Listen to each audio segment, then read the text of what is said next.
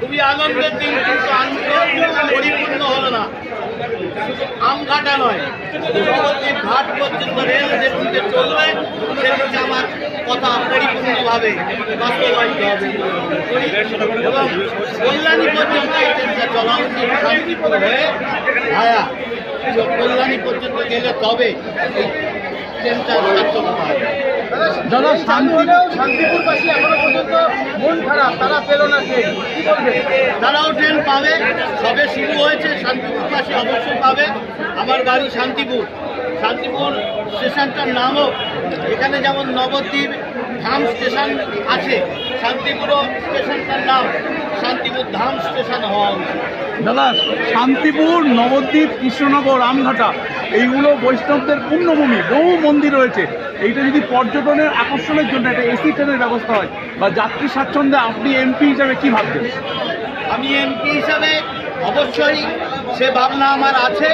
কারণ দেখুন, সরকারের যে সাংবিধানিক কিছু সমস্যা থাকে, রাজ্য সরকার কেন্দ্র সরকার সম্পূর্ণ সহযোগিতা পেলে ডবল ইঞ্জিনের সরকার হলে অবশ্যই দ্রুত বাস্তবায়িত করবে। আমি কথা বলি। আরেকটা প্রশ্ন করবো, ট্রেনটা কি বর্তমানে আমঘাটা থেকে ডিরেক্ট শিয়ালদা যাবে না কৃষ্ণনগর পর্যন্ত যাবে, তারপর শিয়ালদা যাবে? এটা এখান থেকে কৃষ্ণনগর হয়েই শিয়ালদা যাবে। আপাতত কৃষ্ণনগর আমঘাটা, কৃষ্ণনগর আমঘাটা।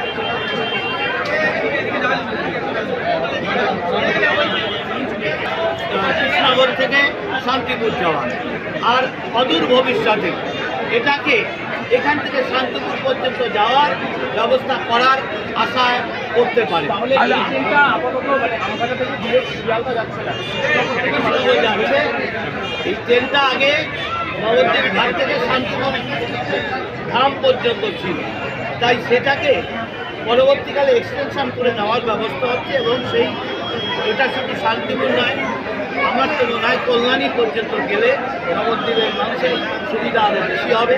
কারণ প্রতিদিন আউটডোর পরিষেবার জন্য এমসে বহু মানুষ যাতায়াত করে। শান্তিপুরে যদি কোনো একটা এক্সপ্রেস ট্রেন চলে, অর্থাৎ কৃষ্ণনগর দিয়ে অনেক কটা এক্সপ্রেস আছে, শান্তিপুরের ওপর দিয়ে কোনো এক্সপ্রেস ট্রেন নেই, এইটা নিয়ে কী বলতেন? সেখানে ব্যবস্থা করতে গেলে লাইনের ক্লিয়ারের ব্যাপার থাকে, সিগন্যালিং এবং তার ট্রেনের কী যোগাযোগ ব্যবস্থা আছে, যদি সম্ভব হয় সেটা করা যাবে। দাদা, তৎকালীন যিনি রেলমন্ত্রী তাকে আজকে অসুস্থ বলে অভিহিত করলেন, তিনি তো বর্তমানে রাজ্য সরকারের মুখ্যমন্ত্রীও রয়েছেন। দেখুন, এটা কার্যকলাপের ওপর বলা, শারীরিক সুস্থতা আর মানসিক সুস্থতার একটা ব্যাপার। কারণ আমি একটা পদে থেকে যে প্রকল্প বললাম, আমি পদ থেকে ওটা অন্য পদে গেলাম, আমি আমার কাজের বিরোধিতা করবো, এটা কখনো সুস্থতা নয়।